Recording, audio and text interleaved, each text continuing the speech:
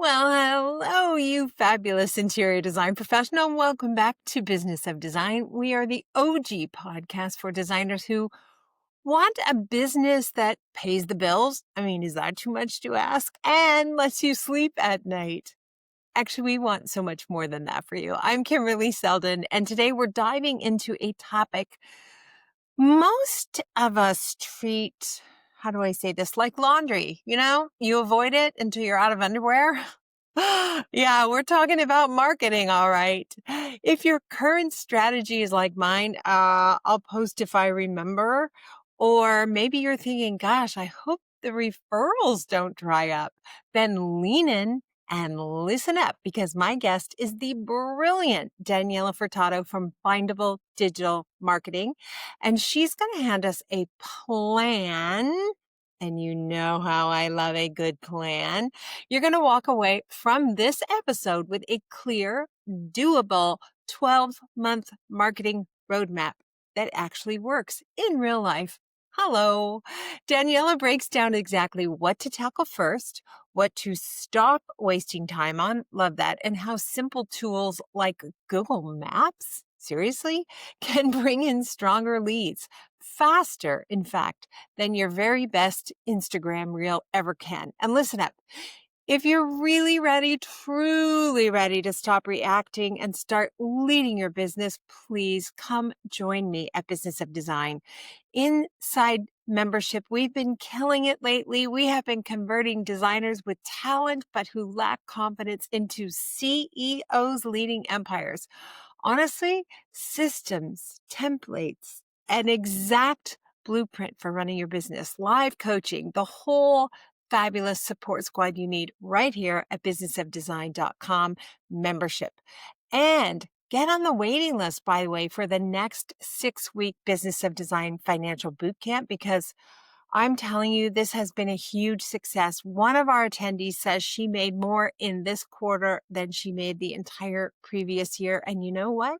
That could be you. Get on that guest list. We have a wonderful guest, as I said, Daniela Furtado from Findable Digital Marketing. Daniela helps designers, architects, construction professionals attract dream clients through search optimization, storytelling, and strategy. She focuses on helping creative entrepreneurs build an online presence that's visible and profitable and has more than a decade experience. She's known for turning big marketing concepts into bite-sized doable steps. That's one of the reasons I love having her on, because we always come away with good things to do. You can find findable.digital on the web, or you can go to LinkedIn or Instagram. We're really glad you're here. Welcome to Business of Design. Business of Design is the world's best business training for interior design professionals like you. If you're ready to implement an exact business model for running a streamlined, profitable business, field tested by thousands of design professionals around the world, head to businessofdesign.com and get started today. It's time to dramatically improve your business and transform your life. Business of Design. There's only one. Daniela is back with us. Good to see you. It's so nice to see you. It's been a minute or so. It's been a few months. We met earlier this year. You've got me thinking about this. Your topic is so timely because I am literally in the midst of creating my forecasting for the next 18 months. And I know what we want to talk about is how do you prioritize your marketing ahead of time? How do you forecast marketing? How do you make the next 12 months a priority, I guess? And you work in a 12-month increment. When I'm doing financial planning, I do 18 months. But let's talk about that. Why, first of all, why should we even think that far ahead? Having a direction or a vision helps you break down your goals into quarterly plans and know what you're working towards. Most plans, though, even though we're talking about 12 months, most plans fail after 3.74 months. That's according to a research study by Forbes. 3.47. I'm surprised they last that long. 3 months seems like A long time. Yeah, I think if you were starting a new diet, most new diets don't last. If you start January 1st, they don't last until March. So I think that's pretty good. We have some tenacity in terms of our marketing. So 3 months is where we peter out. Yeah. So most people, have a hard time sticking with 3 months. So 12 months is a really, you know, long plan. But I think we can overestimate what we can actually do within 3 months, and realistically are what we do, putting out a new website, creating a social media plan. The first 3 months is just building the habit and creating processes, but you don't actually start to see results until the fourth, the sixth, or the ninth month mark, depending honestly how what your prices are, and how the higher the price point, the longer it takes to see a return. So that's why I like to plan for 12 months, but break it down into quarterly goals. So it's one of those things that it is a bit like getting in shape, where you Mm-hmm. gonna work with a trainer for 2 months and say, "I'm not transformed." Although, I must say, I was scrolling the other night on Instagram, and there's all these ads for, like, you can get fit in 28 days in chair yoga, which is hilarious. Because no, you can't. Yeah. Anyway, so be realistic with the approach, and are you suggesting that we map out what the 12 months ahead is gonna look like? And if so, how do we do that? Yeah. So at Findable, we have a typical roadmap that we have for interior designers, but also applies to architects and construction companies, anyone that's in the professional service industry. And we have a series of phases that we put all our clients through. The first month is getting clear on the strategy. So looking back at the past 12 months, how many inquiries did you get? What was your conversion rate? How many did you close? What was the average value? And how long did it realistically take to close those sales? That helps set some baselines and expectations of what the next 12 months realistically will look like if you do the same thing or if you do more. From there, we're able to create some realistic goals and create a strategy going forward. So that's the first step. And often in this step, we challenge clients to focus, to niche down, or at least have a niche that you're going to focus on for the next 12 months. Because if you're trying to be everything to everyone, I mean, you can try, but it will take you a really long time to see results. So if you do work in a few different suburbs, for example, having a focus or prioritizing which towns you want to get the most, or which neighborhoods you want to get the most work in, or maybe it's the type of projects you want to get. So that's the first step, Right, and and it that's sets a the that's a tone for hard everything else. that's Yeah. hard for a lot of people, right? Because it does require you going back and looking at your past projects. I know we just finished a Business of Design 6-week financial boot camp, and one of the things we worked on was analyzing past clients to figure out which clients are in the sweet spot that deliver Mm-hmm. high profitability for low effort ratio, and Mm-hmm. then do you narrow your marketing to we didn't do the marketing side, that's what your job is, but you would take that kind of information and you would give it to your marketing team, right, to find Yes. or if you're doing it in-house and trust the data. So often we think we know, we trust our gut, we have a hunch, and I am always wrong even though I think I'm so intuitive. So data numbers don't lie. So you do that first step is not a throwaway step. It's not a Mm-hmm. like, oh, I think I'm going to go after only kitchens. It's really do some hardcore analysis of where your business is at and what makes you profitable, what makes you happy and profitable, Mm-hmm. and then target that.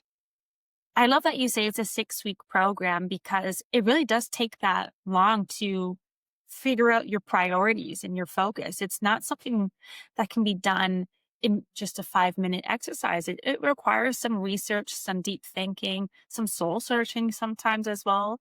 Yeah. Um, but once you have that sort of clarity, it makes everything easier, especially your marketing. Yeah. Every not just easier, but possible. It's Right. impossible to market to everyone. You can't do it. It's not going to Yeah. happen for you. Okay, Yeah. so the first thing is getting clear on strategy, which is a whole process. All right. Mm-hmm. Mm-hmm.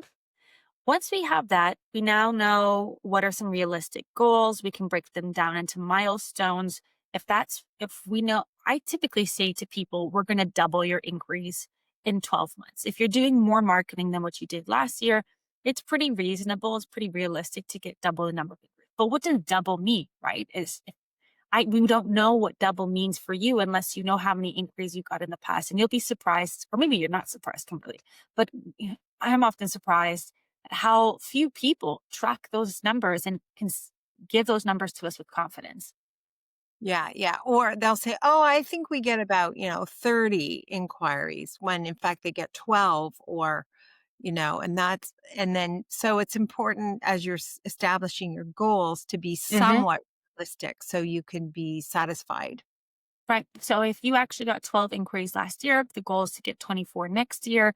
Well, then apply the same conversion rate, assuming that your sales is the same, your sales skills will either stay the same or get better.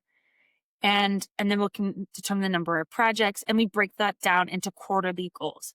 But keeping in mind that this also compounds.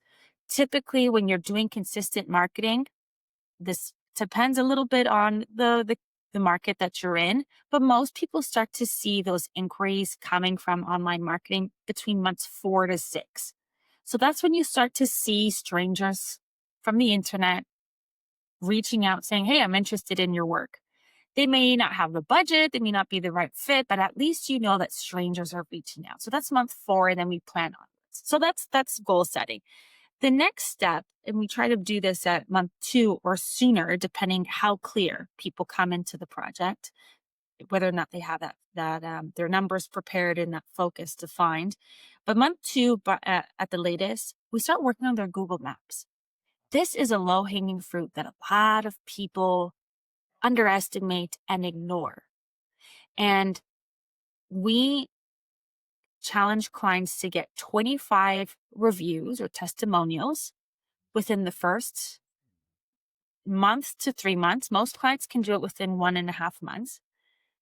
And this does such a number on your local SEO. These are real clients that are writing great things about you. If they have photos, they'll include it. You can then repurpose those testimonials on your sales quotes, your proposals, your social media, your website. So getting them up front really help you later on. But the algorithm puts so much importance on it because that's not something AI or ChatGPT can create for you. These are real people that have real experiences with you speaking about your expertise. Wow, do the clients have to go themselves to a link to do that? See, Yeah. that is the hard part. We grab our testimonials by taking something the client says randomly, or Yeah. an email where they praise us. We say, "Hey, you said this. Can we use this in our marketing?" And they always say, "Sure, of course." It doesn't cost them any time. That is the challenging thing, to get them to go to this place and write that testimonial. Dang. Okay. But so they owe you a favor if you've had a great job. Yeah, but you can make it easier for them. So I love that you do that. You can draft it up for them. And then there's a link on Google Maps. Google Maps will generate a link for you. And in that same email, you can say, please copy and paste it following this link. Love it. That does make it easier. Okay. Mm-hmm. Yeah. All right. Wait, you said, did you say Google Maps? Yep. Your Google Maps listing. Really? That's where Yeah. testimonials go. That's where testimonials go. That's a good place for them to live. And then from there, you can repurpose them into your website. But Google, it's the third most important ranking factor for local SEO. So if you are a local business, you want projects within your own city or whatever that your radius is. Maybe for some people it's 3 miles or 15 miles. But if you want local projects, Mhm. and your clients or potential clients are looking for local experts, Google Maps is the low hanging fruit. Let's say you are in Miami and imagine you are a homeowner. The first thing you do is ask your friends and family for recommendations of interior designers in Miami. And then the second thing you'll do is go online and see what's out there. And you can try this for yourself. Google interior designer near me or interior designer Miami, and you'll see what comes up. First, it's ads, then it's Google Maps, and then it's websites on the bottom. So that's the order of priority Google is presenting information, and that's the amount of visibility people are getting. They're first getting the ads, then Google Maps. And so imagine, if you're the top 3 on Google Maps, you're getting the most eyeballs. And people do associate, we have this perception, even though it's not always true, that if you're on the first page of Google, then you must be the best Hmm. because it's the best that gets to the first page. When in reality, you're just the one that has the most testimonials and you've dedicated the Mm-hmm. most time to your digital marketing presence. Mm-hmm. Interesting. Okay. Wow. I love that. So that would be the next step, is getting those testimonials and then updating the rest of your profile, making sure that you have up-to-date pictures on your Google Maps profile, that you're replying to all the reviews, bad or good, reply, be professional, update your description, update your hours, keep that account active, and then apply that same nurturing to your social media profiles. Go to your social media bio and lightly update it to use the keywords interior designer and the name of the city or the place that you want to get work in your bio, in your handle, and sprinkle it throughout some of your most recent posts when it makes sense. So you're applying SEO principles to your Google Maps, to your social media presence. Okay. That's month So 2. that's only number 2. Okay. I'm exhausted. We need more than 12 months. I can't do this in 12 months. I know. Okay. That's okay. I'm hanging in there. I'm hanging in there. It's not hard. You No, just but it's need time in your life for it. You yeah, you yeah, hire someone who will do it for you. It just has to be done. Yeah. yeah. They're not hard. You're absolutely right. They're just a lot of small things. But if you dedicate 1 day a month to doing this, you'll see results. I can tell you stories of clients that have come through. Some of them just consulting. They hire me to do an hour of consulting. I give them this blueprint. I give them a checklist. And we know one person that implemented it. I checked in with her a year later. She told me she dedicated 1, maximum 2 days a month dedicating to this plan. And she went from 4 inquiries in her first year of business to 30. And she closed some big quality projects too. Wow. That's incredible. Okay. Yeah. Okay. I'm staying. I'm hanging in there. I've got staying Okay. power. Tell me So more. More. we're in month 3 now. Month 3, this might take you 2 months to do. So let's say month 3 and 4. Now we're going to work towards your website. Most interior designers don't have a service page. They don't really explain their services. And there are some best practices in marketing of how your service page should be created, both from an SEO point of view, but also from a consumer psychology or sales point of view. So I keep going. You know me, I'm going, "Oh, no, this sounds like work." Okay, yes, yes, absolutely, yeah. Imagine many of you probably have a brochure or something called an investment guide, a PDF that you send to sales leads. What I'm about to say probably has a lot of the information on that PDF. And what I'm suggesting is that it live on your website, and you use it earlier in the sales process. So on that service page is going to have, and it's probably going to say something like interior design services. I'm going to say again, Miami. And then the next section is going to outline the different packages that you offer. Maybe you have one that's like a virtual consultation, another that does only furnishings, but not project management or renovation, and then your top tier, right? So you have the 3 services laid out, and notice that you're using the keywords: furnishing, decorating, interior renovation, virtual consultation. Again, this is helping you use the keywords. The next section, you maybe have a short bio and then a button that says read more, and it leads to your about page. Maybe you have another section that has your process and you walk people through the different stages. Maybe you've got some samples of your projects where people can then click through and see your projects into detail. And then you've got maybe some testimonials sprinkled throughout, and you've got those already because you've got those Google reviews in month 2, and then an FAQ section. And all throughout, you're using the keyword about 8 to 10 times. And if you do that, I promise you, you will go from being not on Google at all to getting to the at least top 20 on Google if you do that properly. I was gonna say, like, is a service page the same thing as an about page? But you're like, not really. Does it need it No, must be called service it, or services? yeah, I mean, I've seen people call it slightly different things, but typically it's called service. It gives people an introduction to what it's like to work with an interior designer. What are the phases? Okay. It's for people that are searching on so on Google, if you're trying to get to the first page of Google for a keyword like interior designer plus the name of the city, Google is only going to suggest one of two pages. It's either going to suggest your homepage or your service page. Right. Very, very, very, very rarely will it suggest a blog or a contact page or an about page. Google just understands that it makes more sense to recommend a home or a service page when someone is searching a keyword like that. Gotcha. And so that's the best if you don't want to, you could do the same thing to your homepage, but some people are attached to their homepage and how they have it currently designed. So your Mm, service page is the best page to do this for. right. And that for those that Google traffic, that is going to be their very first impression of you. Whereas if someone finds your website because a friend of a friend sent them a link, or they found you on Instagram, or they um, maybe you're featured in press, they're most likely going to enter from the homepage. But Right. if it's from Google and you've optimized your service page for this keyword, then the service page is going to be their first impression and it gives them a snapshot of everything that they need to know. Again, Interesting. you could apply this to your homepage. You could replace your service page with your homepage. And it does overlap a little bit with different sections of the website.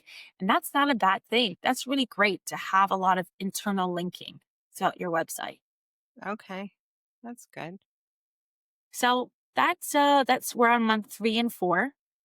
Month 5 and 6, now you can go up the funnel and work on your portfolio. I am a big fan of case studies, of telling the stories behind your projects. And I am not a fan at all of fluffy DIY tips, blog posts, social media posts. I think that if you are a professional service provider, you are in the business of doing things for other people, not in the business of DIY, then you should be Yeah. telling this. Yes. Yes. Thank you. I've told so many people that, you go on television, somebody says, "Oh yeah, I get to go on TV and I'm going to show people how to make Christmas packages beautiful." And I'm like, "How's that going to get you jobs? That is not going to get Mm, you jobs. That's going to get you like a fun day on a TV show, not a mhm, job." Okay, good. mhm. So case studies. Yeah, Case studies. I hate interviewing someone really smart like you where I'm like, just I fail so miserably at all of this. I have to do all this, but I'm glad you're giving us more than 1 month to get some of this done. So Yeah. okay. Yeah. So we're up to So, this 6-month mark with case studies. yes. And if you, this will be a great segue to your social media presence. And I can mention some names. Maybe you can put this in the show notes. Some examples of clients that have done this really well are Prop Architecture, Rebecca Merritt. I think her company's called Merritt's Design and Co. Sansa Interiors. Some other non-clients that have done this really well are Melissa Peretti, Imagination and Design. Um, Studio McGee does this really well. Zoe Feldman recently relaunched her website and does this really well. So, Okay. and everyone does it slightly differently. Like some people will have just a photo gallery for their portfolio. And then in a blog post, you can read more about the project. And Hmm. people like Studio McGee, she will be selective. So for really big projects, you go onto the portfolio page and she'll have a little bit of text and then a photo, a little bit more text and a photo. And she breaks it down by rooms. So she's got like kitchen, and then she's got a description of the kitchen, and then the photos, and then bathroom, master bathroom, so on and so forth. Okay. But she'll only do that for some projects, but not for others. So everyone has slightly a different approach to it, but in the essence is the same. And that is you are telling the stories behind your projects. You're showing the before and after. You're communicating the overarching vision, what the client came to you for and the problems that you're solving. If it's commercial, I love commercial design projects because usually there's like an ROI component attached to it. Yeah. We have one client, it was so cool creating this case study, Kimberly. They do, they're designers and architects, and they design medical clinics, specifically dental offices in condo buildings. And there were a few case studies where they were able to compare the amount of revenue or foot traffic the dental clinic got from before the renovation and after the renovation to Oh, show how good design is show stopping. And it yeah. stops people from, they look and they're like, wow, that's a beautiful dental office. I wouldn't Yeah. mind getting my teeth cleaned there. And they walk Right. in. That's the That's so you can like measure the value of good design to a business. yeah, that's So fantastic. Okay, so case I can see studies why give you you, need a couple of months to get to really do a robust, thorough job of that. Okay. yeah, yeah. So yeah, and you don't have to do it for all your projects. You could choose Yeah. 3. You could have 1 to start and you tell the story behind it. One of our clients, she was a bit skeptical, but she's like, okay, you know what, Danielle, I'll trust you. We did it. And after we created the case study, then it was super easy to repurpose it for social media. Every section in that case study was a social media post. And so Yeah. we got 12 social media posts out of that one case study. And I remember she told me, she called me one day. She's like, Daniela, you wouldn't believe it. I got an inquiry. We just got off the phone with her. She told me that she saw me on social media. She saw the post and the caption said, read more on our website. Read more about this case study, read more about this project on our website. She actually went to the website. She read the whole case study and thought, oh, these people, I like the way they think. I like their approach to design. They're not just decorators, they're smart people. And then she reached out and booked a call. And she told me that on the call that she read the case study and that kind of sold her. And I thought that's amazing. That's what good marketing does. Okay, we are gonna run out of time, so we need Okay. 7 through 12. Well, Hopefully they're a little easier than the first 6 months, or they you will. are. You're Oh, actually just rinse and repeating that. oh, what do you mean? You what? Tell me. So you've done the hard work, you created the case studies, and now you chop them up into social media posts and you rinse and repeat. You just keep doing that over and over again. You talk about your work and you say the same thing in a dozen different ways. So the back half of the year is, in a way, it's kind of reaping the benefit of the hard work you did in the front half of the year. And Right. at the end of that 12-month period, you should be able to compare tangible numbers of how many inquiries, how many turn into projects. And then, so let's say we hang in there and we get through the 12 months, which I would Hmm. really do. What happens at year 2? Do you kinda just start fresh and kind of tackle it again? Or you know what? A year from now, Danielle, you'll have to come back because 'cause it'll all be different. We'll have to know all kinds of new things by then. Yeah, I think in year 2, you're in a better position to do ads if you wish, because you have such a strong foundation. And the algorithms have been trained on the kind of work that you do, the viewers that respond well to your content, and you've worked on your messaging at this point. You're you should be doing this, right? You should only be creating case studies around projects that you want more of. And you should only be Right. creating, if you do that, then your social media posts are also projects that you want more of. And so you've trained both viewers, the market, and the algorithms to understand that and duplicate that. And so when you add paid ads to the mix, you're in a really good position. So that's what you can do in year 2.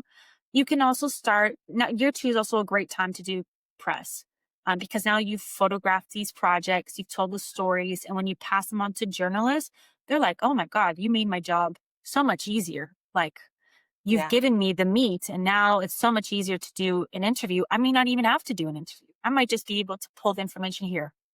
I love that, I think you've made this a lot more realistic. I think a lot of people approach marketing and they say, I don't have enough money to spend, a whole year. So in 3 months, I want to do it all. And let's start with ads.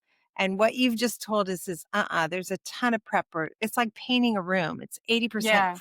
room, and then 20% final coat of paint to make it look beautiful. So no shortcuts, but I love that we have someone like you to go to when we need help. So thank you so much for that.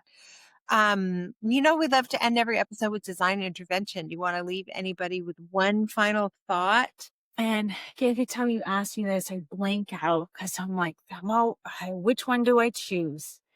Um, I'm on a new social media journey. I've just hired a social media manager and I'm challenging myself to create more video content. And Ugh, I'm like, I'm learning what I preach, right? And it's, even though I'm quite active, this is doing video is specifically new. I'm being really challenged and I'm learning that the first few months are so cringy and to get over the cringe. I think that's my lesson. I, Get over the I like cringe. that. Get over the cringe. Yeah. Thank you. I need that. I actually hate making little social videos. Cheryl's Oh, always you're like, great at it. I've been no, watching your videos. buys it. I'm like, do you mean I have to put on makeup? And she's like, come on, like put on some mascara and go, girl. But I can't watch them. I'm too critical. I hate everything, but I love that. Get over the cringe. That's perfect. Great way to end the episode. As usual, thank you so much, Daniela. Thank you.